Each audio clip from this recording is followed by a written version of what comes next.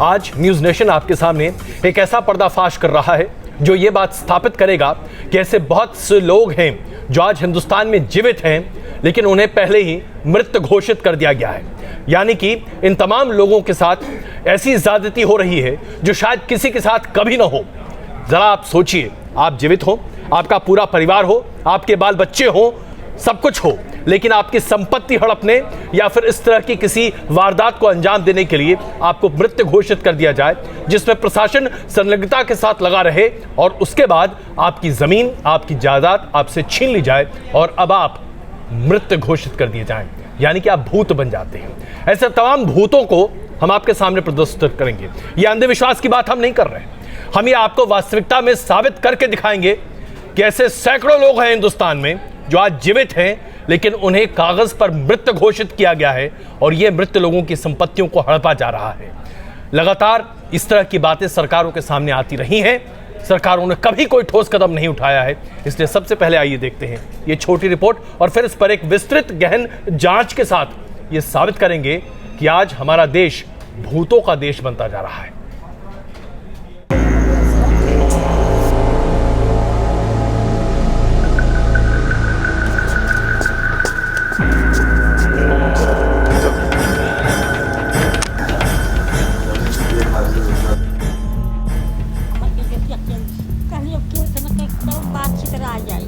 तेरहवीं हो गई मगर मैं जिंदा हूँ, मैं जिंदा हूँ, मैं जिंदा हूँ। मुर्दा घोषित कर दिया है लोग। अपने जिंदा होने के लिए मैं दौड़ता रहा। सांसों में रवानी है, पैरों में परवाज भी, दर्द का एहसास करा दे ऐसे जज्बात भी। लेकिन फिर भी इंसानों की बस्ती में ये चलते फिरते मुर्दे हैं। जीते जी ये मर गए या यूं कहें मार दिए गए और अब इन मुर्दों की आंखों में है तो बस इंतजार। जिंदा होना चाहते हैं मरने से पहले। तो चलिए हमारे साथ इन्हीं जिंदा मुर्दों की बस्ती में मुर्दों की जिंदा आंखों से दुनिया का तमाशा देखते, मुर्दों की जुबानी संसार की संगदिली का किस्सा सुनते। जरा हम भी तो जाने जिंदा होकर भी जिंदगी की तलाश कैसी होती है। आजमगढ़ के गुजरपाल गांव में 76 साल की इस बुजुर्ग को अपने जिंदा होने का इंतजार है। जुबान से अल्फाज साफ नहीं निकलते, दर्द इतना है कि बोलते बोलते गला रुंध जाता है, लेकिन दिल की ख्वाहिश जुबान पर फिर भी आ ही जाती है। सांसों की डोर टूट जाए उससे पहले एक बार जिंदा होने की ख्वाहिश है। ये प्यारी देवी है। कोई मरकर जिंदा हो रहा है तो कोई जीवित है और फिर मर रहा है, या यूं कहें कि कोई मरने से पहले जिंदा होने का इंतजार कर रहा है। कुछ इस तरह की तस्वीर है यहाँ पर जो हम आपको दिखा रहे हैं। और मेरे सामने इस वक्त प्यारी देवी जी हैं जो कि सामने तो बैठी हैं, लेकिन जीवित हैं या मुर्दा हैं ये पूछते हैं। अम्मा, आप अभी दिखाई दे रही हैं, सामने सब ठीक है, जीवित दिखाई दे रही हैं, लेकिन आप कागजों पर क्या हैं अभी, जीवित हैं या मुर्दा हैं? नहीं, मुर्दा। मुर्दा हैं? हाँ, हमके मुर्दा समझ दीजिए बनी कि कुछ ना है। हाँ। कब से? बारी बनी हम क्या कहा ना कि रहू हमारा मलका मरिए न था। तो जब भसुर से बातें अंगली दबले रहा, कहाँ से ससुर भगवान कहाँ से याद रहना ये सब की देखा सेवा के रामजी ऐसा रह कि कैसे न बोलल कबो न कबो हंसा। जब से मलका मर गए बहन तो से हमारे हंसी न आई। अभी कहाँ रहते हो, किन के साथ रहते हो? नहीं, इनके साथ रहो। अच्छा, ये दामाद है आपके? दामाद होना। अच्छा, तो फिर आपको कागजों पर आपके बेटे ने मुर्दा दिखाया है? हाँ हाँ, बेटे ने। हाँ। इनकी चलती सांसों पर न जाइए, इनको बोलते देख किसी धोखे में मत आइए, ये हमारे बीच होकर भी नहीं है। अपने ही जिगर के टुकड़े ने 8 साल पहले इन्हें मार दिया था। प्यारी देवी बताती हैं कि कैसे जमीन के लिए उनके लाल ने उनके मुर्दा होने की कहानी लिख डाली। रातों रात सरकारी कागजात से उनका नाम तक हट गया और तब से वो आज तक जीकर भी मुर्दा है। बेटे ने घर से निकाल दिया और अब बेटी दामाद जीने का आखिरी सहारा बचे हैं। 8 साल से क्या कोशिश है, कहाँ कहाँ आप गए प्रशासन के पास? जिलाधिकारी तहसीलदार कोई कार्रवाई नहीं। उन्होंने क्या कहा आपको प्रशासन? क्योंकि इसका जांच पड़ताल करेंगे। आपने देखा है कि ये सामने खड़ी हैं, जिंदा हैं, लेकिन कागज़ों पर के मुताबिक तो ये मर गई हैं। तो आपने दिखाया सामने, तो क्या कहा उन्होंने इस चीज़ को? कहे ठीक है, चलिए इनका कार्रवाई होगी, बस इसे करके टाल दिए। प्यारी देवी अकेली नहीं, दिल्ली के जंतर मंतर पर धरना दे रहे संतोष भी जीते जी मुर्दा है। करीब 12.5 एकड़ जमीन के लिए इनके चाचा ताऊ और चचेरे भाइयों ने ही इनकी तेरामी कर डाली। मैं देख रही हूँ कि तख्ती पर भी लिखा है 13वीं हो गई मगर मैं जिंदा हूँ। तो 13वीं किसने की आपकी? जी नमस्कार। मेरे ताऊ, काका, भाई, चचेरे भाई जो हैं उन लोगों ने राजस्व विभाग में एफिडेविट लगा दिया, लापता मिसिंग लाश, मुंबई ट्रेन बम ब्लास्ट में मर गया, और 13वीं करके 12.5 एकड़ ज़मीन अपने नाम ट्रांसफ़र करा लिए। और तब से लेके अब तक हम संघर्ष कर रहे हैं कि 13वीं हो गई मगर मैं ज़िंदा हूँ, मैं ज़िंदा हूँ, मैं ज़िंदा हूँ, लेकिन आज तक सरकार के कानों पे जू नहीं रहेगा मैम। तो आप लगातार ये बात सामने रख रहे हैं कि मैं जिंदा हूँ? जी, मैं 2003 से लगातार I am alive, I am alive, I am alive, राष्ट्रीय अंतर्राष्ट्रीय मीडिया ने भी कवरेज किया, फिर भी आज यहाँ के सरकार के कानों पे मतलब आपको अभी तक कोई जिंदा नहीं कर सका है 14 साल से? जी जी, कोई नहीं। संतोष बताते हैं कि वो फिल्म अभिनेता नाना पाटेकर के घर पर रसोइये का काम किया करते थे, लेकिन अपने अभिनय से फिल्म में जान डाल देने वाले नाना और नसीरुद्दीन शाह जैसे कलाकारों का बयान भी संतोष के जिस्म में जान नहीं डाल पाया। FIR हुआ है 28/6/2012 को लखनऊ हजरतगंज थाना में। नाना पाटेकर साहब भी 93.5 रेड FM पे भी बाइट दिए कि ये लड़का मेरे यहाँ जॉब करता है, जिंदा आदमी है तो ही कुक का काम कर सकता है, मरा हुआ आदमी कुकिंग का काम कैसे कर सकता है। नसरुद्दीन शाह साहब ने बोला, काफ़ी फिल्म इंडस्ट्री के लोगों ने बाइट दिया मेरे बारे में, सतीश कौशिक साहब ने भी दिया बाइट, लेकिन आज तक मुझे जिंदा नहीं किया गया। संतोष का तो यहाँ तक दावा है कि वो योगी आदित्यनाथ से भी मिले। उन्होंने संतोष को जानने का दावा तो किया, लेकिन तस्वीर खिंचाने से भी इनकार कर दिया। CM योगी जी से भी हम मिल चुके हैं 3-4 महीने पहले, फिर भी उन्होंने बोला DM से जाके मिलो, और कोई भी IAS अधिकारी। उन्होंने आपको कोई आश्वासन या सीधे तौर पर कोई कदम उठाने की बात की कि आप जल्दी जिंदा हो सकेंगे? नहीं, कोई आश्वासन नहीं। मैं उनसे मिला, बोले हम आपको जानते हैं। हमने कहा सर एक फ़ोटो खिंचवा लीजिए हमारे साथ, बोले नहीं अभी नहीं, आप जाओ DM से मिलो। तो योगी जी ने आपके फोटो खिंचवाने से मना कर दिया? नहीं, और मीडिया में भी जो उसके पीछे आपको क्या वजह लगती है? अब मुझे पता नहीं मैम, मेरे साथ अधिकारी लोग फ़ोटो क्यों नहीं खिंचवाते हैं? क्योंकि आप मुर्दा हैं इसलिए नहीं खिंचवाते? जी, आई एम डेड मैन। हाँ, और मीडिया में जो भी पब्लिश इशू छपा भी आर्टिकल, तो वो लॉन्ग करके दिखाया गया है। और CM योगी से बनारस के संतोष मिले और CM योगी से बोले मैं ज़िंदा हूँ, ये हेडलाइन है, लेकिन उसमें फ़ोटो मेरी गायब है। पिछले 14 सालों से संतोष को अपने जिंदा होने का इंतजार है। जाने कब वो आस पूरी होगी, जाने कब संतोष की गवाही उन्हें कागजों पर भी जिंदा कर देगी। आजमगढ़ से विनीता यादव के साथ टीम न्यूज़ नेशन। तो ये जीते जागते इंसानों की मौत नहीं है, ये सिस्टम की मौत है, हमारे प्रशासन की मौत है, हमारे अधिकारियों नेताओं के मुंह पर तमाचा है कि जीते जागते इंसान को खुद के जिंदा होने का सबूत पेश करना पड़े, और उसके लिए कुछ चंद महीने नहीं, कोई सरकारी गलती नहीं है कि भाई 6 महीने, 1 महीना या कागज में गलती हो गई उसे दुरुस्त कर लिया जाए। 40 साल इंतजार करना पड़ता है, दर दर की ठोकरें खानी पड़ती हैं, तब जाके ये जीते जागते इंसान खुद को जिंदा साबित कर पाते हैं। ये मुर्दे जिंदा हैं, इसके लिए आज भी लड़ाई ये लड़ रहे हैं, और ये सब कुछ हो रहा है भू माफिया के चलते। जी हां, एक जमीन हड़पने के लिए पूरा का पूरा नेक्सस है, जिसमें परिवार के लोग भी शामिल हैं, तो साथ ही साथ भू माफिया भी अब इस पूरे गोरख धंधे की पैठ में अपने पैर पसार चुका है। न्यूज़ नेशन आज इसी खुलासे को आपके सामने रखेगा, और आज न्यूज़ नेशन के इस मंच पर कुछ ऐसे मेहमान भी होंगे जिनका तारुफ हम आत्मा के तौर पर भी करा सकते हैं। जी हां, आत्मा के तौर पर हम इसलिए कह रहे हैं क्योंकि कागज की बात की जाए, कानून की किताब की बात की जाए,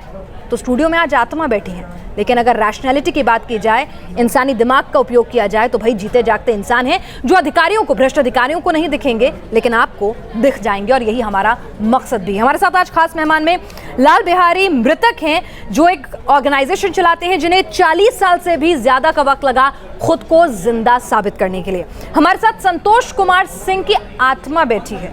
आत्मा इसलिए कह रहे हैं क्योंकि संतोष कुमार सिंह कागज के हिसाब से आज भी मरे हुए हैं।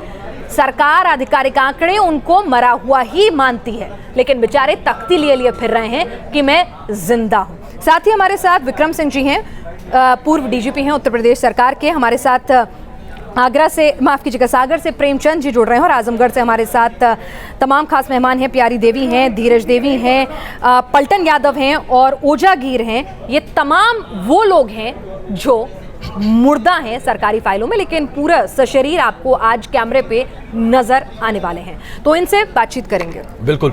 अब सबसे बड़ा सवाल तो यही है संतोष जी, आपने अपने साथ में ये तख्ती भी लगा रखी है जिस पर आप लिख रखे हैं कि मैं जिंदा हूँ, तो आप ये बताइए कि आप मरे कैसे? जी, हमको सन 2000 तक हम अपने गांव में थे। 1988 में वरासत हो गई थी पिताजी के एक्सपायर के बाद। हमारे पिताजी फौजी थे और माताजी 1995 में एक्सपायर हो गई जी। और उसके बाद सन 2000 तक पूरी प्रॉपर्टी मेरे नाम से ही थी। सन 2000 में फिल्म स्टार नाना पाटेकर साहब 5 फिल्म की शूटिंग के लिए आए थे हमारे गांव में जी। तो वो अपने साथ मुझे लेके चले गए बॉम्बे और एज ए कुक के तौर पे हम वहीं कार्यरत हो गए।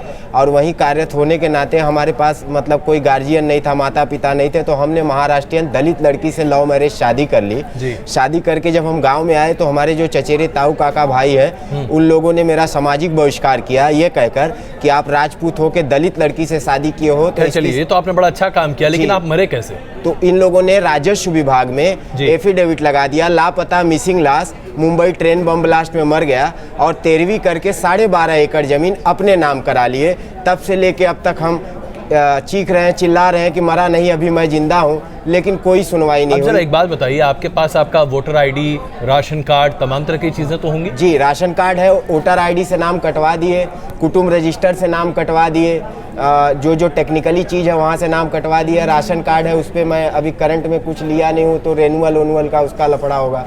यानी कोई ऐसा कोई कागज पत्रिका नहीं है जिसके जरिए आप ये साबित कर सके कानूनी तौर पर कि आप जीवित हैं? जी, पहले जो सन 2000 से पहले का कागज है वो तो है जी। वरासत हुआ था 1988 में। कोई बैंक अकाउंट तो होगा जो 2000 से पहले का होगा? हाँ, अकाउंट है मेरे पास। और उसमें आप पैसे का लेन देन आज भी करते हैं? हाँ, और यानी कि बैंक अकाउंट एक मरे हुए व्यक्ति का चल रहा है और उस मरे हुए व्यक्ति के बैंक अकाउंट से लेन देन और सब कुछ हो रहा है और कहीं किसी को कोई दिक्कत नहीं है, बैंक अधिकारी को कोई दिक्कत नहीं है कि कागजी तौर पे आप मरे हुए हैं?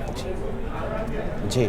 आपने कभी बैंक अधिकारियों से पूछा कि भाई साहब मैं तो मरा हुआ हूँ, एक भूत का चेक कैसे काट रहे हैं आप लोग? जी, पूछा आपने? जी, हम किसी भी अधिकारी के पास साहब जाते हैं तो हंसी का पात्र बनाते हैं मुझे।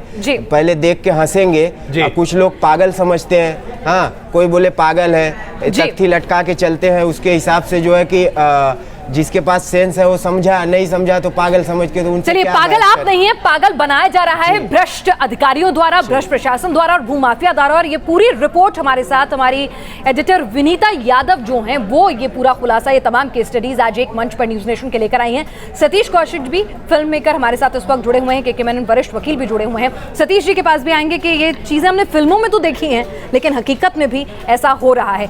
लेकिन पहले विनीता आप बताइए, जब आप देश के अलग अलग हिस्सों में गई तो किस तरह से मुर्दे जो जीते जागते थे उनसे आपका सामना हुआ और अधिकारियों ने क्या कुछ कहा, क्या नेक्सस निकल कर आया भूमाफिया का? बिल्कुल पिनाज, जब मैं लोगों से जाकर मिली तो थोड़ा सा अजीब ये लग रहा था जिनसे मेरी मुलाकात हो रही थी। क्या मैं कहूँ कि वो ज़िंदा हैं और सामने भी दिख रहे हैं लेकिन फिर भी मुर्दा हैं। और इससे बड़ा सवाल ये उठ रहा था कि लोग देख करके सारी चीज़ें उसे नज़रअंदाज कर रहे हैं। सबसे बड़ी बात ये थी कि जो अधिकारी हैं वो नज़रअंदाज करते हैं सीधे तौर पर, क्योंकि ये शुरुआत जो होती है वहीं से होती है। क्योंकि जिस तरह से लेखपाल, तहसीलदार ये शुरुआत करते एक जिंदा व्यक्ति को मुर्दा बना देते हैं, तो आप ज़रा सोचिए कि इनके जीवन के साथ में कितना बड़ा मजाक हुआ है। जहाँ जहाँ हम गए वहाँ पर लोग हमें मिले और उनका ये दुख और उनका ये दर्द हम समझ नहीं पा रहे थे कि किस तरह से इसको साबित करें कि वो जिंदा है। इसलिए आज न्यूज़ नेशन पर सामने ये सब बैठे हैं बताने के लिए कि वो जिंदा हैं। बिल्कुल सतीश कौशिक जी, इसमें कोई शक नहीं है कि फिल्में इस मुद्दे पर पहले भी बन चुकी हैं, लेकिन मैं आपसे जानना चाहता हूं, आज आपको जरा अंदर से कुछ डर वर नहीं लग रहा है? इतने सारे भूत न्यूज़ नेशन के पैनल पर बैठे और ये सारे भूत आपको दिख रहे हैं। नहीं, मुझे तो डर नहीं लग रहा, मुझे तो इनसे सहानुभूति है जी। और मुझे तो इनकी जो लड़ाई है उस पर गर्व है असल में, कि देखिए इस चीज़ के लिए लड़ रहे हैं जिसके बारे में सुना जाए तो हंसी आती है जी। और मुझे तो अच्छी तरह याद है जब लाल बिहारी मृतक के बारे में मैंने पढ़ा था और मैंने इनको कांटेक्ट किया था और मैंने सोचा था कि मैं इन पे फिल्म बनाऊंगा असल में, और फिल्म बनाने की स्क्रिप्ट को बहुत वक्त लग गया और अब जाके फिल्म की स्क्रिप्ट तैयार हुई है, जो कि बहुत ही दर्दनाक है। मतलब एक तरफ से तो हंसी आती है इस पूरे मुद्दे पर, दूसरी तरफ दर्द आता है कि एक आदमी की लड़ाई जो है वो किस चीज़ के लिए है, किस मुद्दे के लिए है, किस विषय के लिए है। तो मेरे को तो ये जो है पूरी कहानी बहुत ही हम सोचते हैं कि हमारा हिंदुस्तान जो है वो चांद पे पहुंचेगा, हमारा जो है नंबर 1 एक्चुअली कंट्री होगा, लेकिन कहीं हम जो है अभी भी पिछड़े हुए हैं, कहीं हम अभी भी उसी जगह पे खड़े हुए हैं जहां पर इतने सारे लोग आज जो मंच पे हैं वो अगर इस बात के लिए लड़ रहे हैं कि उनकी एग्जिस्टेंस जो है वो उनको प्रूव करने की जरूरत पड़ रही है। अफसोस की बात तो ये तो है कमाल की बात है जी सतीश जी, अफसोस की बात यह है कि कई बार इनकी आवाज को उठाने की कोशिश अलग अलग मंचों से होती है, लेकिन आज न्यूज नेशन ने इसीलिए तय किया कि हम पूरे तमाम जितनी कोशिश करेंगे देश के अलग अलग हिस्सों से ऐसे जीवित मुर्दों को एक मंच पर लेके आए। भूमाफिया कैसे एक पूरा नेक्सस कर रहा है, किस तरह से लेखपाल और तमाम अधिकारी जो हैं भ्रष्ट हो रहे हैं, और सबसे बड़ा सवाल उस सरकार से है कि भाई क्या आपको ये जीते जागते नहीं दिखते? हमको सबको दिखते हैं। क्यों आप इनकी फाइलें 6-6 महीने नहीं बल्कि 40-40 साल तक लटका कर रखते हैं? इतना वक्त कैसे लग जाता है एक पूरे के पूरे सशरीर आदमी को जिंदा मानने के लिए? यानी कि आपका सिस्टम मरा हुआ है। और हमारे साथ लाल बिहारी जी, जिनका जिक्र अभी सतीश जी कर रहे थे, एक पूरी की पूरी मूवी उस पर बनाने जा रहे हैं। लाल बिहारी जी, जिन्हें 40 साल वक्त लगे खुद को जिंदा साबित करने में, इनकी व्यथा, इनके दर्द को इनके मुंह से सुनेंगे, लेकिन सबसे पहले उन्हीं की एक रिपोर्ट देखिए कि कैसे 21 साल की उम्र में जीते जी मार दिया था।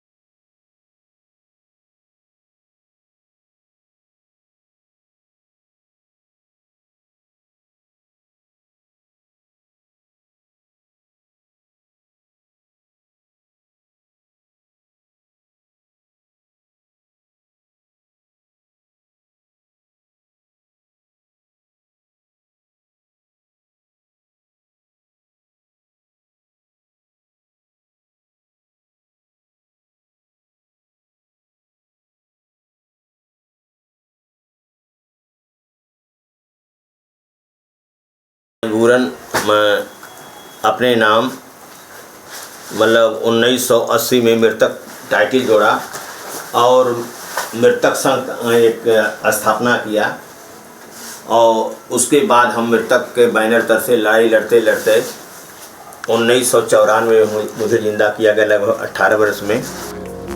लाल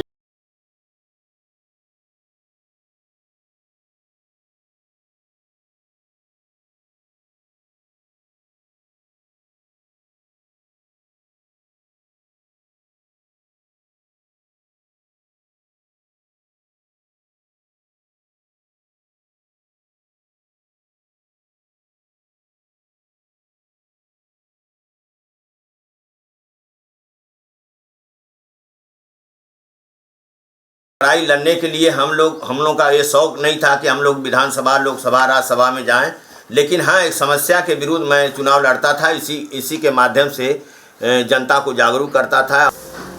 लाल बिहारी मृतक अब जिंदा है और उन्होंने एक मृतक संघ भी बनाया है, जहां ऐसे लोगों की जंग को नई धार दी जाती है जो कागजों पर मुर्दा मान लिए गए हैं। लाल बिहारी के मुताबिक उनके पास 500 मामले ऐसे आए हैं और उनकी माने तो अकेले यूपी में ही ऐसे 50,000 मामले हैं।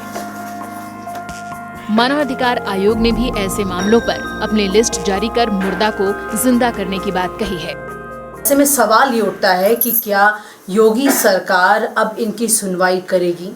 क्या योगी सरकार अब इन मृतकों को जिंदा कर पाएगी? वीडियो जर्नलिस्ट कमल किशोर के साथ विनीता यादव, न्यूज नेशन, आजमगढ़। जिंदा लोगों को मृत घोषित करना ये अपने आप में कोई नई परिपाटी नहीं है, बहुत ज़माने से होती आ रही है, लेकिन इस आज के आधुनिक भारत में क्या वाकई में इसे सही ठहराया जा सकता है? वरिष्ठ वकील के मनन साहब हमारे साथ, उनसे बातचीत करेंगे, लेकिन इससे पहले लाल बिहारी जी, बधाई आपको। आपने पुनर्जीवन होता है इसको साबित कर दिया भाई। आप मर के 18 साल बाद जिंदा हो गए। ये जो लड़ाई आपने लड़ी है काबिले तारीफ है, लेकिन मैं 2-3 चीज़ आपसे पूछना चाहता हूँ। आपने जज के सामने अपशब्द कहे, आपके ऊपर कोई कार्रवाई नहीं हुई। आप जाकर तमाम तरह के पर्चे फेंकाए, कोई कार्रवाई नहीं हुई। उसमें आपको अच्छा लग रहा था कि आप मरे हुए हैं लेकिन जिंदा हैं। अब मैं क्या कहूँ, वो कहानी और कहना ही पड़ रहा है। मैं कंकाल हूँ या हूँ इंसान, कौन करे इसकी पहचान। जिस देश में मुर्दे जिंदा हों वह है भारत देश महान। यहाँ रहकर हमारे जैसा व्यक्ति 1976 में 30/7/1976 में मृत घोषित कर दिया गया था। और आपकी मृत्यु का कारण क्या था उस समय? मेरे पिताजी करीब मैं 6-7 महीना का था तभी मर गए थे जी। और मेरा पालन पोषण मेरा ननिहाल में हुआ। मैं बनारसी साड़ी का चाइल्ड लेबर का काम करता था मुबारकपुर में जी, और वहाँ से आता जाता रहा घर। लेकिन बीच में जब हमारी उम्र 21-22 वर्ष की हुई, उसी बीच में जो मृतक कर दिए। नहीं, क्यों कर दिए? मतलब आपकी वो हमारी जमीन जायदाद हमारे चचेरे भाइयों के नाम चली गई।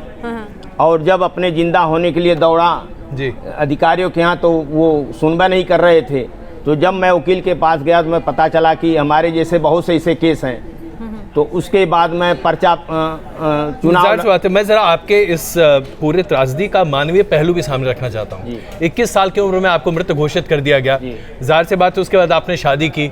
तो एक मृत व्यक्ति से कोई शादी कैसे कर पाया? आपने कैसे बताया कि मैं जिंदा हूँ? उसके बाद आपके बच्चे हुए होंगे। बच्चों के पिता के कॉलम में आपका नाम तो लिखा होना चाहिए, वहाँ लिखा हुआ था कि आप मृत हैं। नहीं, वो तो शादी हमारी 1970 में हो गई थी। अच्छा, नहीं, बच्चे तो बाद में भी होंगे ना? बात तो मृत के बाद हुए बच्चे। हाँ, तो फिर कॉलम में क्या लिखा है? कॉलम में वहाँ कहाँ होता? देखिए, अब ये सवाल है कि कहीं भी आपका नाम रहे, लेकिन परिवार रजिस्टर में नाम रहे, राशन कार्ड में नाम रहे या अन्य जगह कहीं नाम रहे, लेकिन राजस्व विभाग में यदि आपका नाम नहीं है तो आप किस जमीन पर रहेंगे, कहाँ रहेंगे? अच्छा, यानी आप राशन कार्ड में जिंदा थे, आप बच्चों के बर्थ सर्टिफिकेट में जिंदा थे, लेकिन जहाँ जमीन की बात आई तो वहाँ आप मर गए। यानी कि सीधा मामला जमीन का। जमीन का अपनी सहूलियत के हिसाब से जिंदा हो गए, अपनी सहूलियत के हिसाब से मार दिए गए। हाँ, अब यहाँ ये है कि अब आदमी अब जब जाता है तो वकील के पास जाएगा, किसी अधिकारी के पास जाएगा, तो अब उसमें लड़िए, मुकदमा लड़िए। तो आधिकारिक तौर पर आप मृत थे, लेकिन बाकी सारी चीजों के लिए आप जीवित थे। ये हमारे देश की विडंबना नहीं, इसे और आप क्या कह सकते हैं? कुछ ही क्षणों में वापस आ रहे मनन साहब और आपसे कानूनी पहलू समझने की कोशिश करेंगे कि कागजों पर मृत व्यक्ति अगर जीवित है तो उसके बच्चे को क्या कहेंगे। जाहिर सी बात है उसका बच्चा तो हो ही नहीं सकता, वो तो मर चुका है। शादी कैसे हो सकती है उसकी? अगर वो कोई क्राइम करता है तो क्या वो क्राइम कर आराम से घूम सकता है? क्योंकि वो तो मृत है। तमाम ये सवाल हैं जो खड़े होते हैं। बन रही है हमारे साथ।